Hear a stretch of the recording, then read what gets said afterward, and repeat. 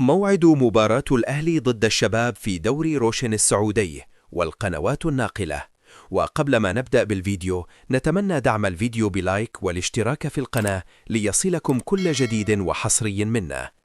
يواجه الأهلي نظيره الشباب في الجولة 22 من منافسات دوري روشن السعودي، وكان فاز الأهلي السعودي في الجولة 21 على الحزم بهدفين دون رد.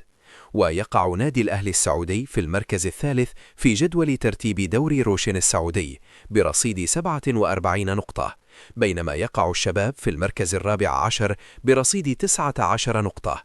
وتقام مباراة الأهلي والشباب على أرضية ملعب SHG أرينا.